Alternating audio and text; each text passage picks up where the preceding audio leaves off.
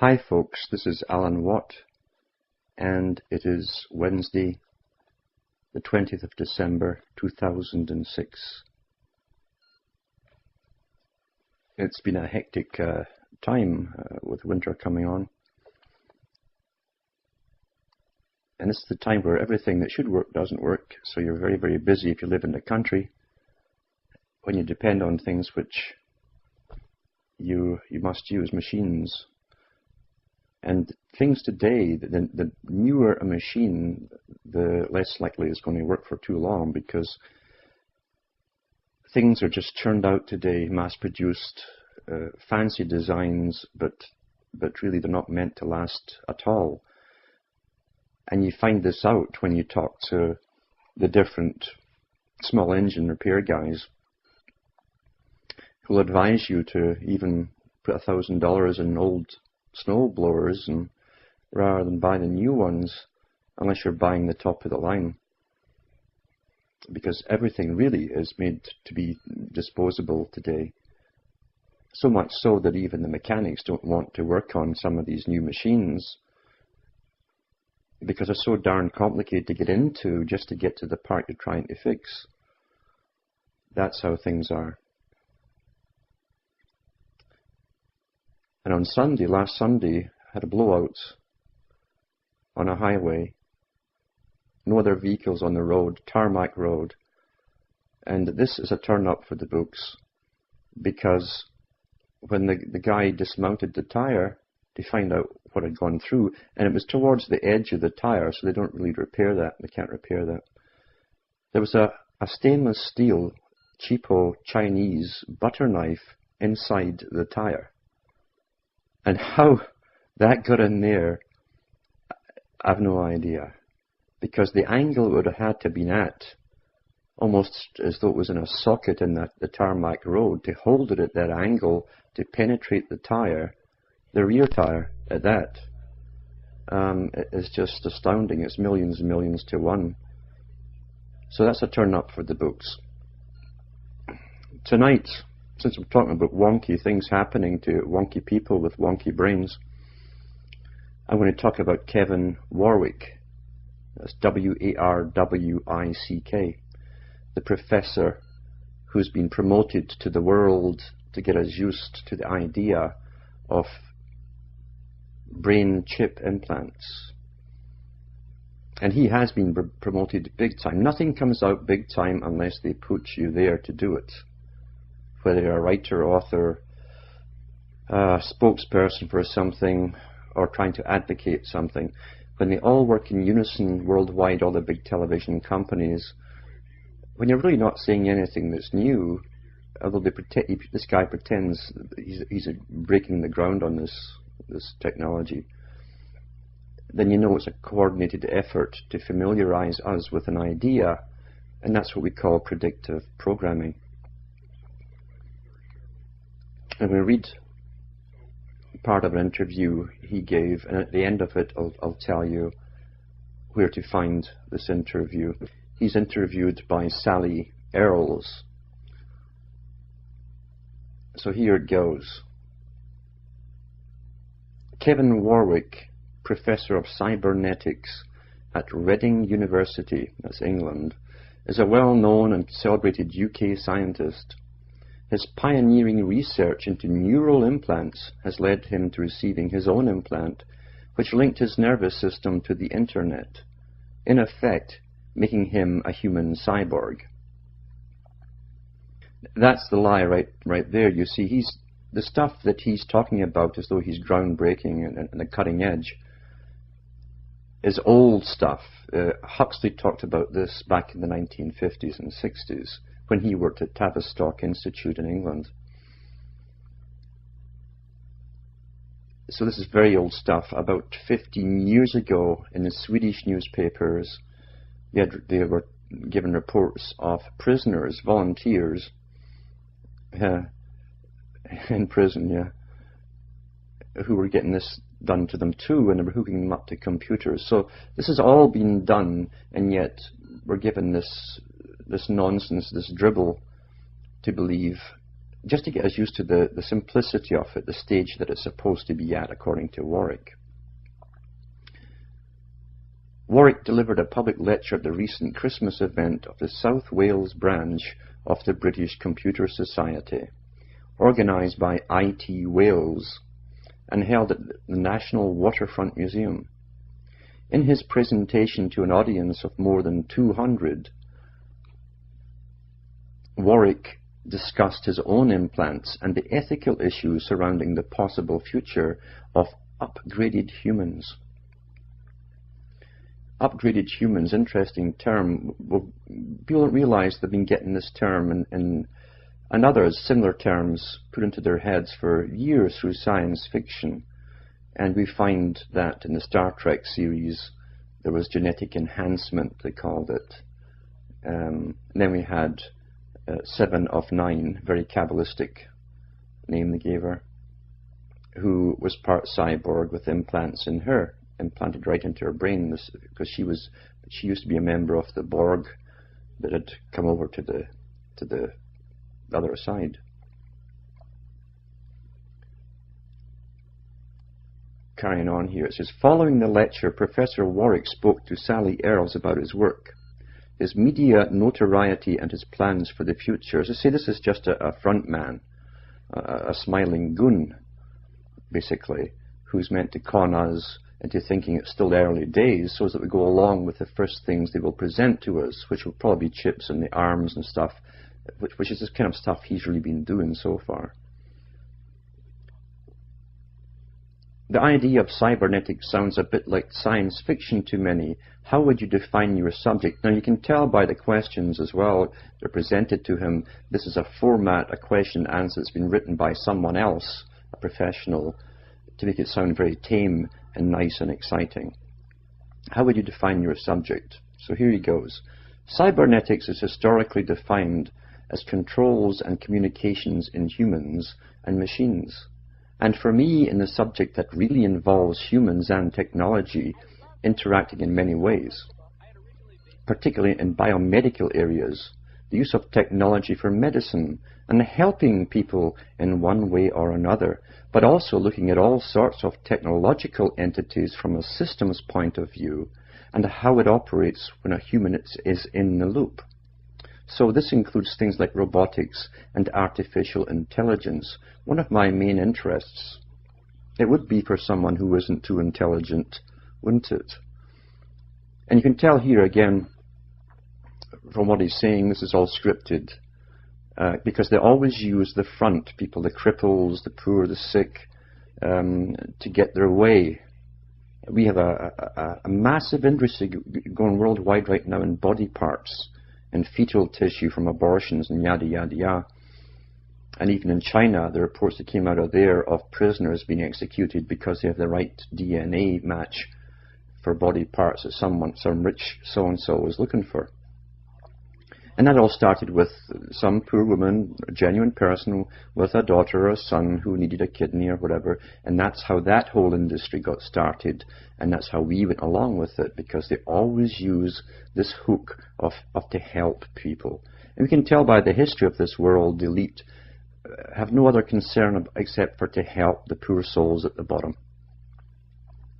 To continue. It does overlap with science fiction. I think science fiction in this area particularly is looking to the future. This boy needs some artificial intelligence. To the world of intelligent machines and questioning how that compares with human intelligence and the world of cyborgs. Cybernetic organisms, part human, part machine, which is tremendously exciting and something I'm keen to get involved with more and more. So it's very exciting, and it's also going to help people who are they're paralyzed, etc. In the lecture, you talked about the implant you had in 2002 for 3 months. Why did you feel it necessary to undergo such a procedure yourself? Now, this is quite funny to me. This is funny. It's one of those things. If you're trying something like this for the first time, he says, you need to experience it yourself. We were sending signals down into the nervous system and up into the brain, and experience it for yourself has perhaps 2 main features. One is that it is, of course, very dangerous. I don't perhaps make anything of that.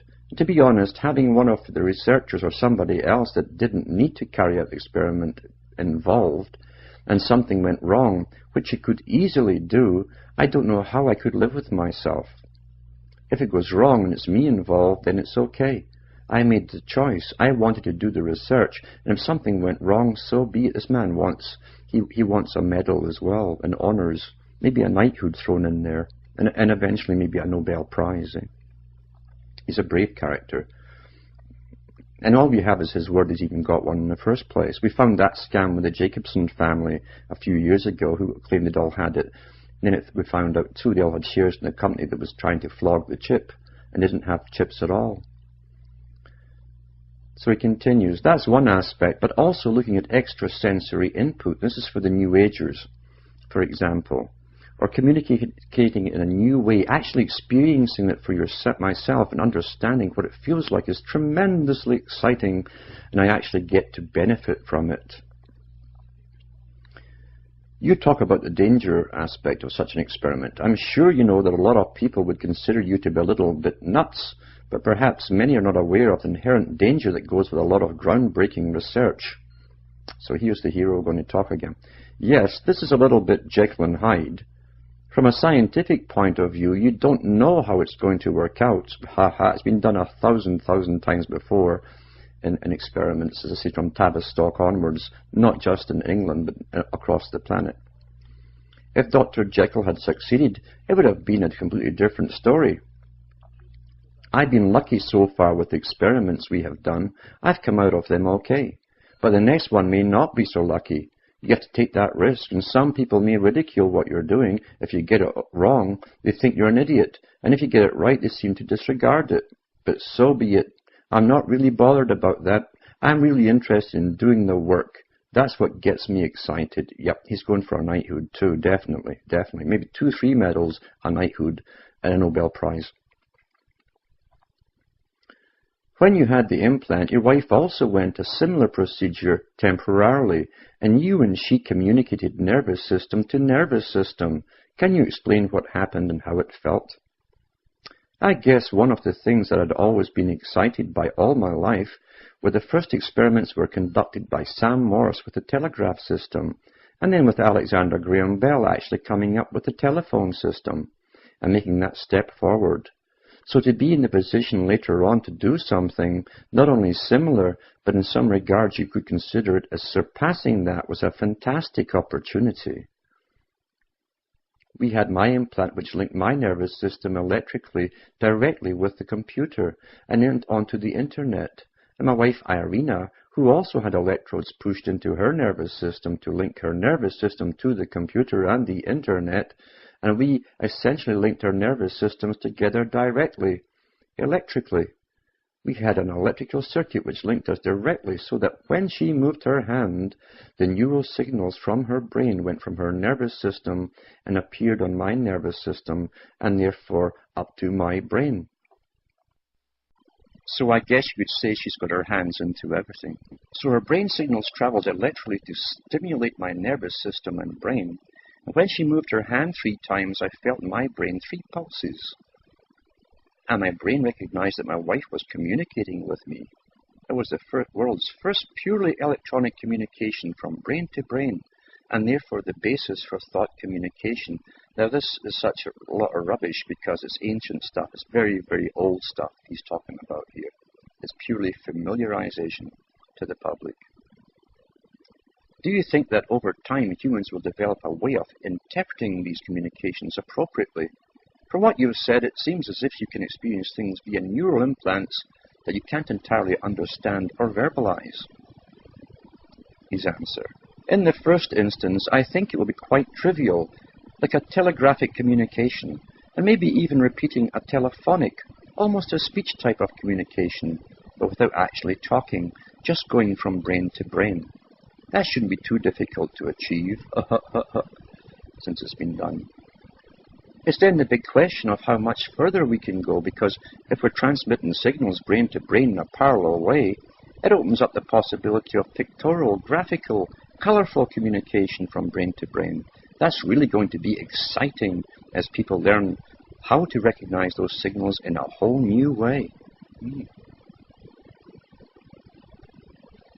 It's very difficult to know exactly where it's going to go. This is really just opening up a whole new world of possibilities of communicating in a much richer way. Just as 130 years ago, Alexander Graham Bell opened up our world with the first telephone call, I doubt he could have imagined that it would have led to television. Even, mind you, if you read Alexander Graham Bell's history, high mason, very high mason that he was, his father was already doing voice-to-skull communications on people. Read your history. If we look 100 years into the future, it would be difficult to imagine what all this might lead to. I don't think so. One possible future that you touched on in the BCS lecture is the upgrading of humans to the point that we end up with cyborgs being the norm and remaining humans as some sort of, well, subspecies. Do you think this is likely, and what sort of timescale do you think we're looking at? You can tell these are posed questions and scripted answers. It's all been done. I think it's a distinct possibility. This is an exciting technology. That will stretch humankind. I don't think it will make the poor poorer. I like the think part. But it certainly will give those that can afford it intellectual abilities way beyond what they have. There's your snob appeal again. I also think that it may not only stretch society, but it may break into two groups. It could happen very quickly. And you'll find this sort of stuff in the movie, even to do with genetic enhancement. You'll find it in Gattaca, G-A-T-T-I-C-A, Gattaca. Very worth reading or watching. Good movie. We're looking at the first thought communication experiments within a decade. Another lie. So within 10 years they will have been conducted. If not by me, they will have been done by others. It's going to happen. Within 20 years, I would think that this could start to become a commercial reality. So you can go and have a little thing injected into your head. Well, there you are, just a little thing injected into your head. And communicate with other people just by thinking. That will be tremendously powerful, snob appeal. But those that don't have it really will start to be left behind. There's your marketing strategy that all the big scripters use. You'll be left behind. If your child doesn't get a computer, he'll be left behind. That's what they said when they were uniting Europe. Well, if you don't join, you'll be left behind. Straight off marketing strategy. I would have thought that this two-tier society could be with us certainly by 2050. In a way, I don't really see a problem with it. If people want to upgrade, why not? Let's have more senses and a new way of communicating. If people don't want to do it, then it's their choice. Back to the reporter. If this happens, I guess a lot will come down to the commercialization of these technologies and how responsibly they are sold and used. Answer. I think it does present enormous commercial opportunity, and of course you have ethical questions. Should or shouldn't you do this? The commercial opportunities have ethical questions in themselves, as they bring in profit not only for the companies involved, but also with countries.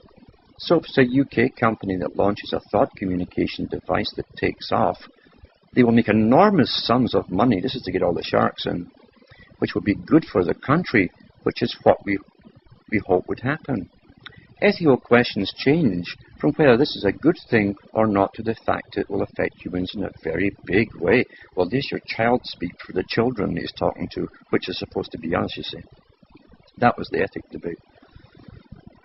Staying with ethical concerns, in the lecture you demonstrated very powerfully that people are currently benefiting from implants in a therapeutic sense. Could you explain the research in this area and how therapeutic implants evolve over time? At the moment, there's an implant that can be pushed right into the middle of the brain, in the subthalamic nucleus in one potential area. And it provides a stimulation that counteracts the tremor effects of Parkinson's disease to the extent that many patients can lead a normal life, about half a dozen. And so they leave the implant switched on all the time. The number of people benefiting from that is now increasing. It used to be 5. Surgeons are getting very good in deciding which people can benefit from it, the exact frequency of stimulation, and the positioning of it. There is now research into the long-term effects of this therapy. There is also research into neural implants and epilepsy, which is looking extremely positive, and there are all sorts of possibilities for applications of this sort of implant. It could help people with other types of dystonia or multiple sclerosis. There is a whole range of diseases and problems that could be tackled in one way or another. When you look at implants, it opens up the area of paralysis, whether through an illness or as a result of an accident, and they have lesions in their nervous system. I think we're going to see in the very near future the possibility of bridging over the lesions and at least restoring some of the original function, and at the same time allowing the person who was paralyzed to control their environment to a certain extent, to switch on lights or drive their car just by thinking. We're going to see these types of technology coming into play. There's your helping the people part, you see. Our history shows this works very well. The nature of your research has led you to quite a high profile in the media, and your work is often discussed on sites like the Register, but they don't seem to take you particularly seriously. How do you feel about this, and what's the knock-on effect on your work? Well, the work doesn't seem to have a high profile, which I guess is understandable. I think that anybody commenting on a regular basis on what I do must have an interest in it. At least every month there's a comment about me in the Register, and I think that if they didn't think there was any value whatsoever in what I do, there wouldn't be any comments at all. He's partly right there. If he wasn't pushed there to be blurbed all over the world on various top shows, the biggest shows in every country, then we wouldn't know of him. He's there because they want us to know of him with his PlayStation stuff he's talking about here, his tiddlywink stuff. Because this stuff is obsolete, what he's actually saying here.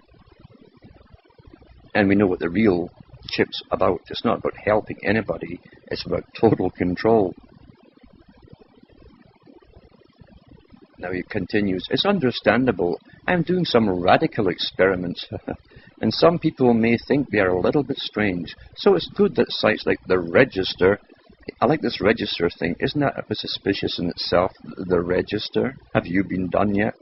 Get on the Register. The Register question what I'm doing and whether it's right. It's another way of looking at it. That, I think, is probably a very good thing, and I applaud it. I love it that we live in a society where there are opportunities for people to question in this kind of way. At the same time, it does bring attention to the work that I'm doing. People may look at the Register and find out more about my work as a result, then perhaps come along to a presentation that I'm giving, or have a look at one of my papers and find out there's a bit more to it than the Register was probably implying. I'm thankful to the Register for pointing out the research I am doing.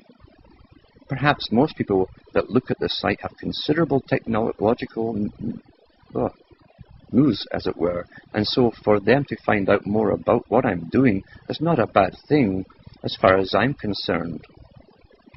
He's using almost a Latin spiritual term here. It's also an old Masonic term. The new. What's next for Kevin Warwick? I'm involved in a whole range of projects at the moment. One of them that is now ongoing is culturing neural networks. That is actually growing artificial brains from biological tissue. And we're working on that to control a little robot. So rather than have a robot controlled by a computer brain, the robot will be controlled by a biological brain. That to me is tremendously exciting. I don't know why it's exciting to him as a professor who must know all this stuff, but I think it was Sony had it in the newspapers about 15 years ago. They were already doing this, and they had found they could grow neural tissue and interface it with silicone chips, and it would act as one part of the entire circuit. So he's talking obsolete here to be almost kindergartenish and make it sound appealing and exciting to get us all used to it. Predictive programming, they call it.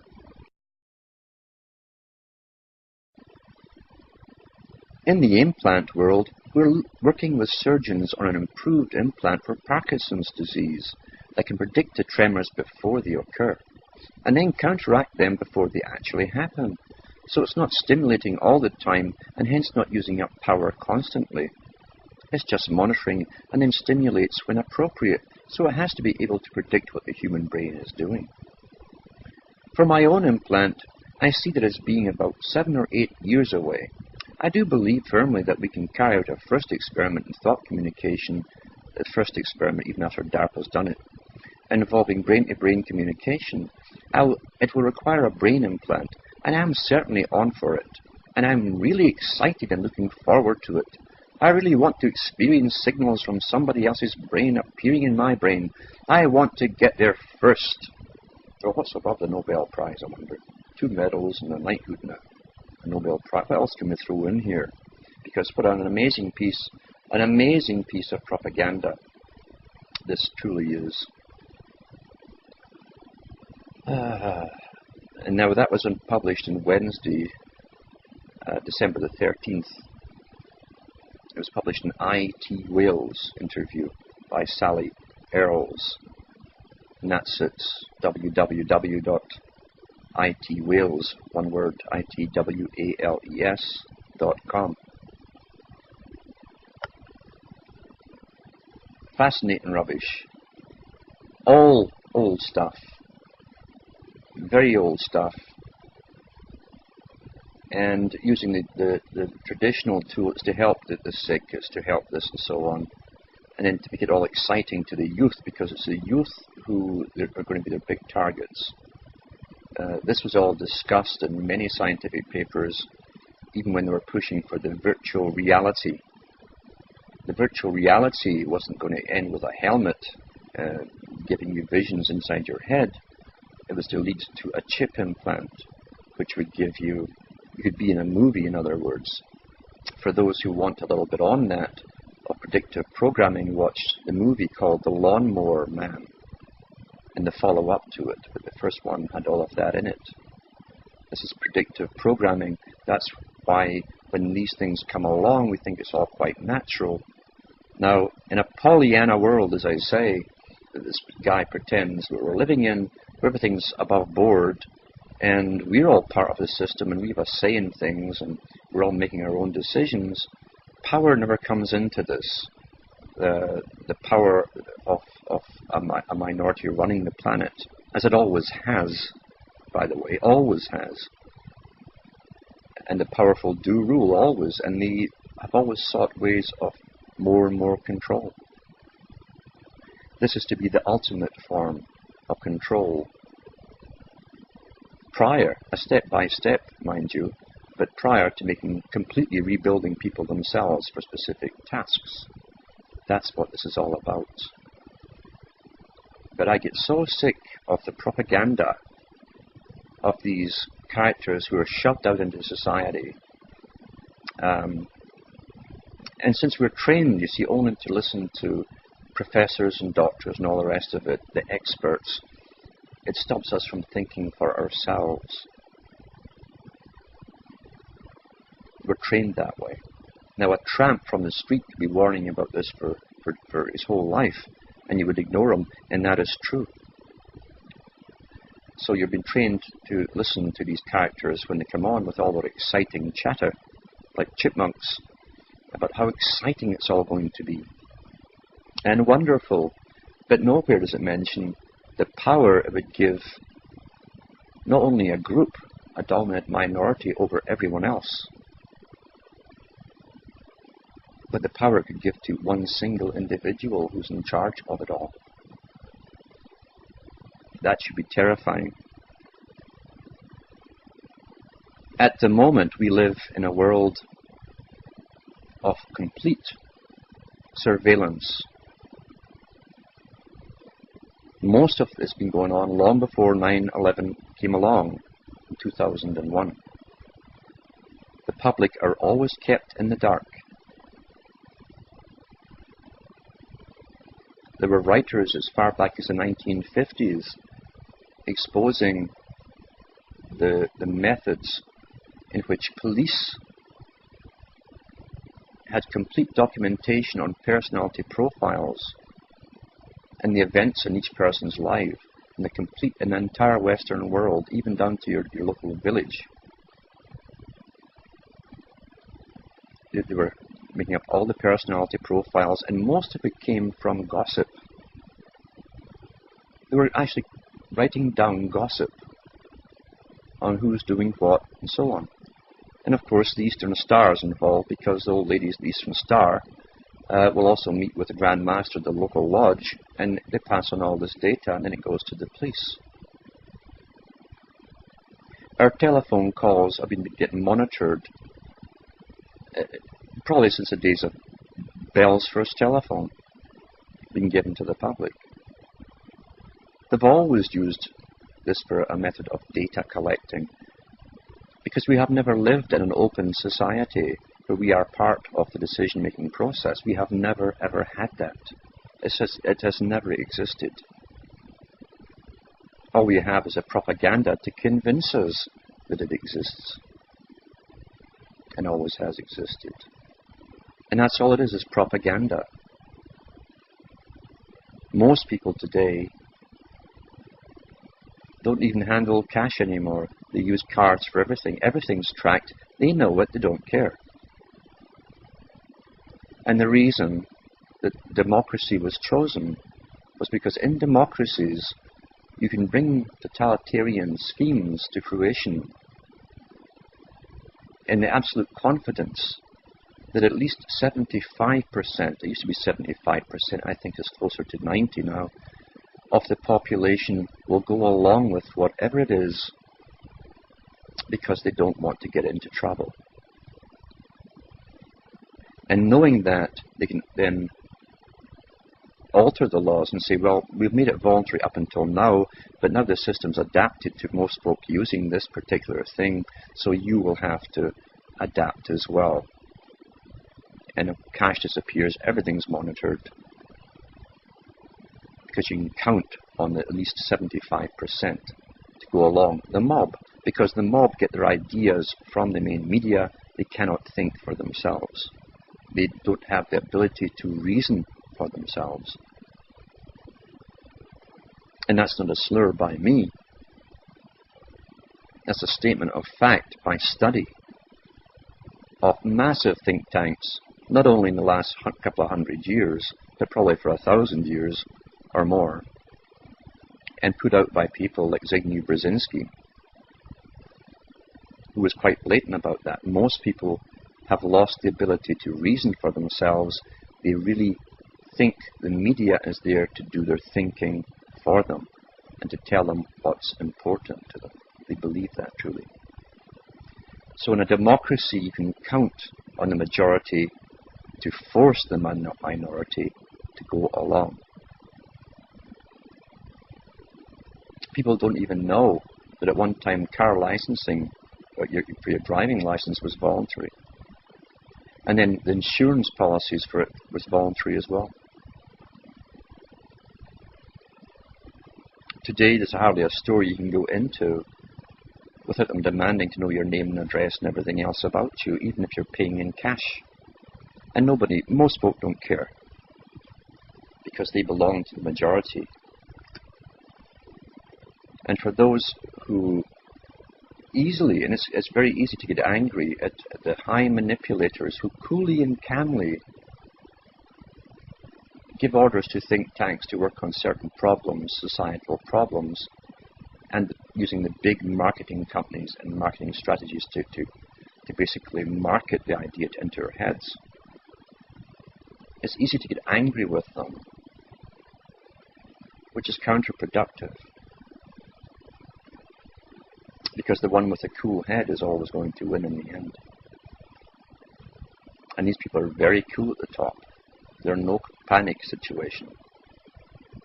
Very calm and collected as the insect-like plan our destinies for us. But they're not the main enemy. The main enemy of the populace who understand what's happening and who appreciate the freedom and privacy, and who are indignant, that word which has been lost, indignant, when privacy is taken away. The minority have a problem with the majority. It's the majority that become your problem. Without the majority, as the ancient Greeks said, the dominant minority couldn't do anything at all. They need the approval of the majority. And the majority will always take what seems to be the easy way to go at the time. They follow the stars, and when the big stars come on, the talking heads that have been put up there as gods or demigods, and when they go for it or say they'll go for it, so will the mob. They will go for it too. And they already are using minor types of implants in certain clubs, as I've mentioned before. And the man who promotes that whole club industry work for the NSA, National Security Agency. That should make you feel very comfortable. And I've no doubt whatsoever those who are making the chips, all of these chips, I don't care if they're publicly registered, they are worked and funded and directed by and staffed at the top by CIA, MI6, etc. Because you could never give a truly beneficial thing to the public and lose power over the public. Therefore, any technology that's given out there with any potential whatsoever for power must be 100% controlled and the actual chip implant made by these companies, because the function eventually is to control all of us.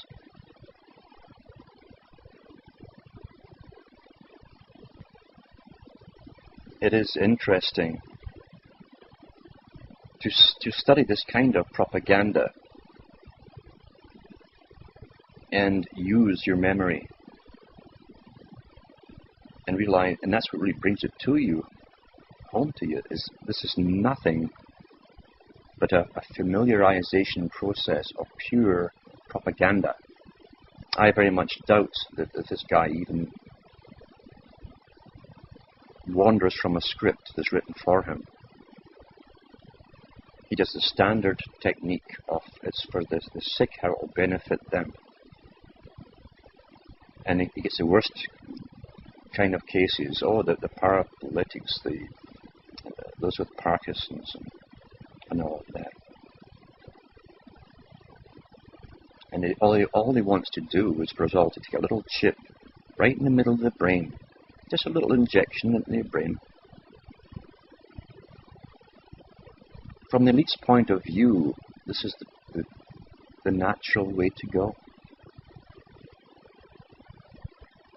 They have no moral qualms about this because look at the trouble they've gone to in the entire world to make an agenda up for a totalitarian 21st century. Completely totalitarian. Where everyone's observed. We've watched that the camera's been thrown up all over Europe for 15 years or more now. That's the ones that's at the time when we knew they started. They could have been doing it a lot longer than that, I'm sure. And it's all for our safety. You know, you can have people so safe they can't move. They're in straitjackets. Because life involves risk. And the risk-taking is part of living. If you don't take the risk, you're not living. You're following a program. It's a difficult thing to understand, as I say, that your main problem is not with the elite. It's with the rest of society that docilely goes along with everything, becomes a majority, and forces you along with them. There is no doubt, however, that this technology will make it so much easier for a dominant minority. And cheaper too, to observe everyone, to know what everyone's doing at any second of any day. They'd also know what a person's thinking about doing. Remember the movie was put out with Tom Cruise not so long ago, where they had a predictive type of arrest in it. And you arrested if they thought you might be thinking about committing a crime. Only in the movie they were using sort of strangely bred people who were types of mediums who could predict it. Oh, this is even better. And we'll have a whole new, and law will benefit so much from this. They love to create new levels and layers and strata of law and lawyers who'll be able to deal with all of this stuff where you've been accused of thinking about maybe doing something. It may have been a daydream or maybe a real dream, but you'll be charged regardless. And to think of something will be a crime in itself. It'll be forbidden areas which you can't go into. This is the new freedom which they're talking about, because do you think they would leave that alone? We see where it's going today, where verbal communication is being restricted all the time, and you can't simply say what you want to say sometimes for fear of offending whoever or whatever. By law. A whole new field was opened up for lawyers. These armies, they churn out all the time, like we mentioned in Devil's Advocate, the movie. So lawyers always benefit, and they can be as confusing as possible so that they'll get the business, because it's always too difficult for the Joe average to figure out what's really going on.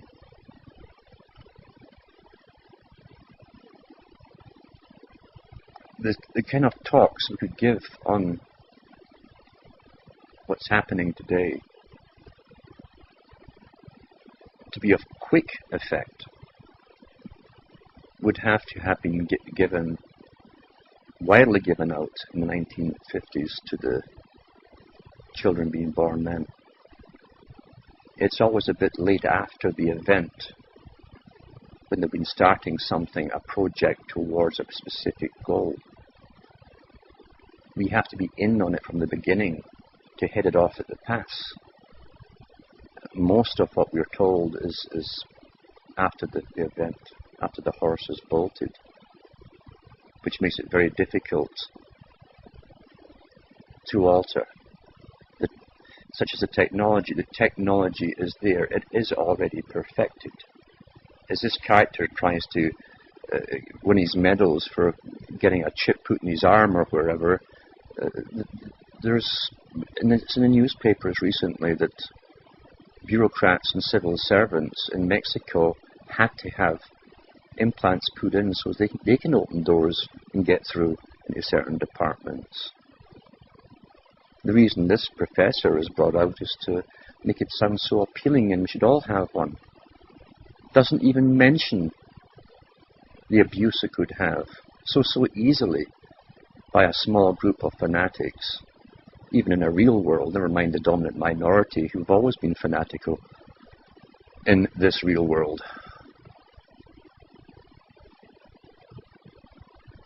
The ethics aren't even discussed. The abuses are not discussed. The lack of privacy. And there's nothing more private than your thoughts. That wasn't discussed. It's supposed to be exciting. And remember that meeting I had talked and read some from the Loyola meeting, where the world's scientists all met to discuss the implantation of the brain chip as a past event. It's all ready to go. Before Mr. Warwick popped up as a front man, a publicist. And he said at that meeting that the only problem they have to do now is convince the public to accept it. And that regional computers were set up already to control the populations. You'll have a little number with your chip. That will be you from then on. And the top scientists from Tokyo said it will drastically alter humanity in every aspect. he said, it will no longer be a form of society as we know it. Think of it more as a beehive,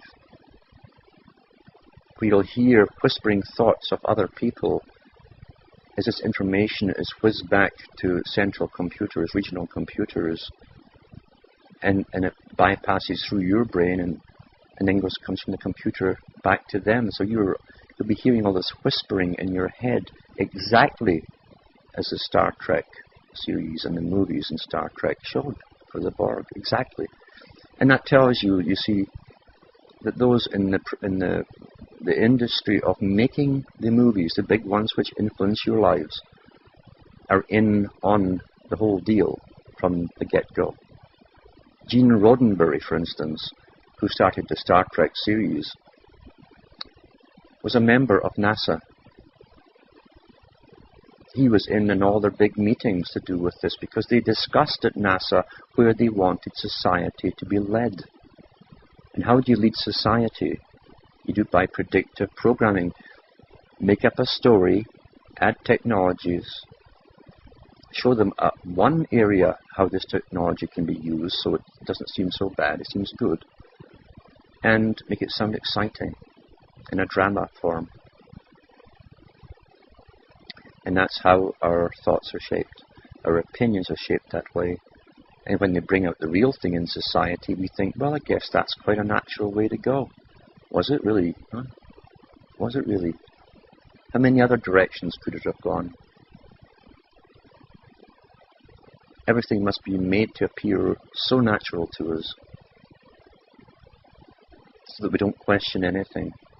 And you know that your neighbour and most people, when they think this comes out, probably in a lower version, probably a body implant initially, like the ones they're giving to the nightclubs in different countries in Europe, so that they don't have to use cash or a card or anything else to gain access or to buy their booze. It's deducted from the credit on their chip. There'll probably be something like that to make more, to familiarize us. You must familiarize the herd in a step-by-step process towards your ultimate goal. That's the technique that's used on animals, even wild ones. The deer generally will run off when they see humanity approaching. But if they have to be grazing in certain fields and you keep still, they see you, you're far enough away that they feel fairly safe, but they watch you, and they see you a few times, you can get a little bit closer each time until they really think you're harmless.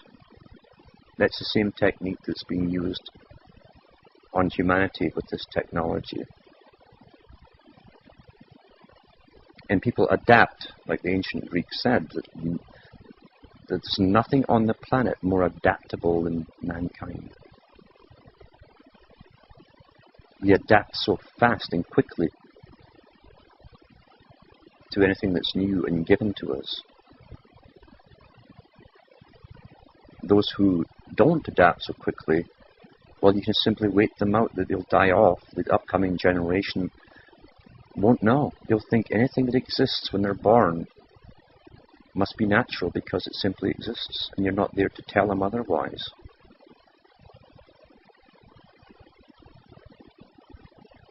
Back in the 80s, there was a great big push to start children getting used to credit cards at high school. And once again, it was promoted with a form of snob appeal. And yeah, you can shake your head at humanity, and I do it too. A lot of the parents wanted everyone to know that their child had a credit card. Snob appeal. And the big herd follow each other. They want to be the same. They're terrified. In a society which has always promoted uniformity, people are terrified of being stigmatized as an individual.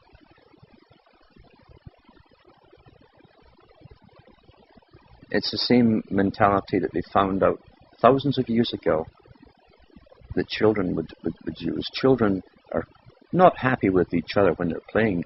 You sit and watch them and you'll see the cruelty in very young children. Tremendous cruelty to each other. And when the fashion industry, which is always involved in marketing to the young, they know they go through this phase of wanting to belong, and they bring out the fashions. Any girl or boy who doesn't wear the appropriate fashions, and now it's brand names. At one time, they'd pay you to wear a billboard during the Great Depression and walk up and down the street advertising a company with its logo. The average person today thinks is quite natural. Not only natural, they want to wear the logos for free. They'll buy the thing and promote it by advertising it, by wearing it. Snob appeal. It's amazing. But children, I've seen them at school turn on people who couldn't afford to keep up. And they were vicious to them. That's the reality of humanity. And it's always the mob. The ones who are vicious, and the mob that gathers to watch. They get drawn to excitement or possible fights. They love it. Individuality has not been promoted in our system. And being different has not been promoted at all. Even those who think they're being different by joining some radical group, including the sexual revolutions and variations in between, are simply joining other authorized groups. They're not being different at all. If they were being different, believe you me, they'd be persecuted by the state, by the system.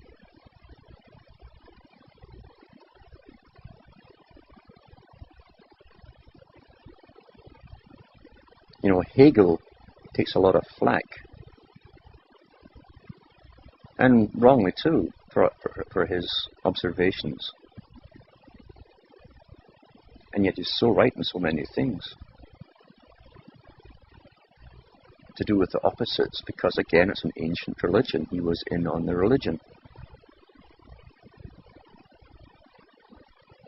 That if you truly want to stop something, you could become the tyrant yourself. If you had to force it upon others. You're doing exactly what the elite are doing to people right now. They're dominating them.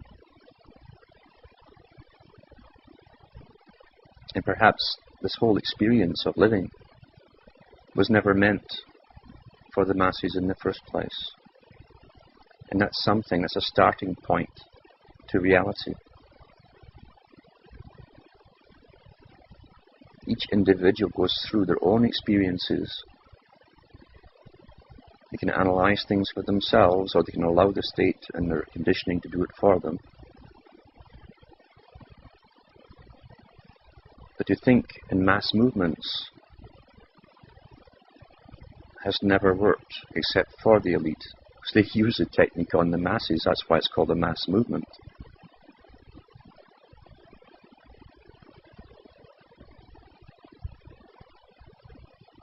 Once in a blue moon, a very, very few are persecuted heavily by the system for standing up to it, and just by speaking about it. Heavily, heavily persecuted. We've seen that in the Soviet system, where the gulags were full of people who'd passed pamphlets on, handwritten pamphlets, and copied them and passed them on.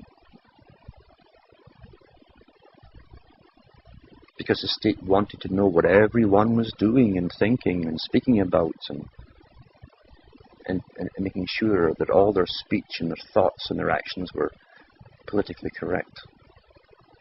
And here we are under the same system today. And as long as they keep telling us we're free, as long as you can turn on the television set and the same familiar faces are on there smiling every day, then, well, it must be normal, eh? Everything's fine.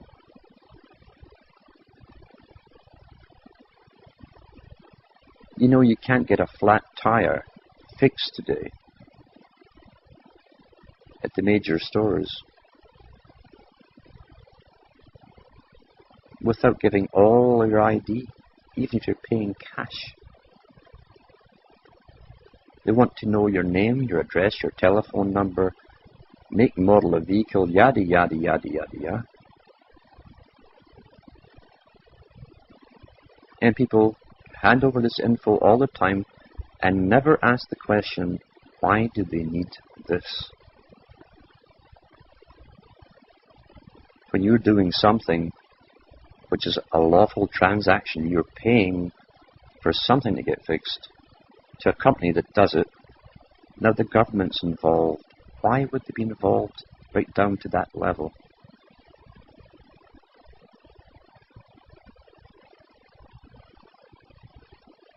Don't ever count on the bulk of the populace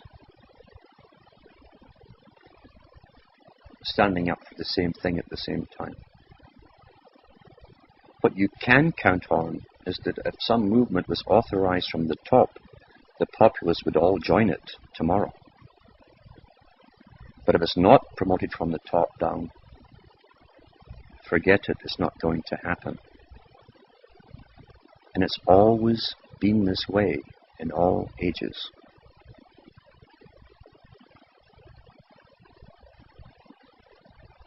There has never been cohesion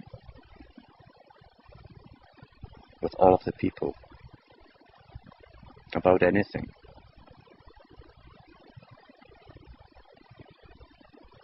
They can grouch, complain, but they would never do anything about it. That's the majority of the public. If their basic needs are being met, if they're warm and fed and watered and having a few other necessities of humanity and thrown in, they really don't care what's coming down the pike, because they believe, like domesticated animals, that they are being well taken care of and well managed by people they have never seen, by names they have never heard of before at the top, by think tanks and bureaucracies, and on it goes. That's the sign of a truly domesticated, happy slave. Arthur Koestler and others who worked on projects to lobotomize the brain for these same dominant masters, these little minority at the top, said that that would be one of the first signs and symptoms that it was successful, when the ability for self-preservation, when that awareness, that little thing that questions things and looks at things, when it was no longer operating, then the lobotomies would be successful. Chemical and biological lobotomies. Do you think maybe it's happened with most people? Do you think it's just a matter that they can't understand what you're saying when you present them with fact after fact after fact? In a sense, they can't. They're unable to comprehend because something has damaged them. I tell people to look for those who are still alive. They're spraying us still like bugs. I watched it today. I was working outside. And the same media that will tell you all the joys of chips in your brain won't even touch that subject, and yet we're supposed to trust them all. The same people are in charge of the spraying. All decision making in the planet, the same people are in charge. But they won't even allow a media to discuss the spraying.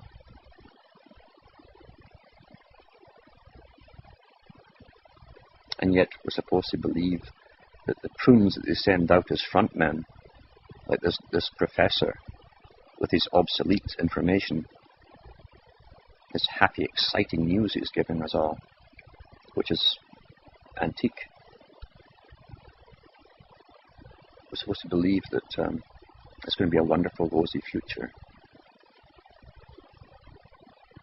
Do you realize how long it's been in the making for a minority to plan to take over completely the minds of every single person on the planet, without the need of religions, coercion, fear, and so on? And yet they're hoping, and they're pretty well on with this, they don't just make wild guesses, but they're hoping they will all just want it quietly, excitedly. And unfortunately for a lot of people, that will happen. They will. And you couldn't stop them if you tried. So rather than waste your time with the dead, you must only put out the information to those who are alive. Everything has a purpose, and being conscious certainly does have a purpose. All of this will manifest itself at the right time.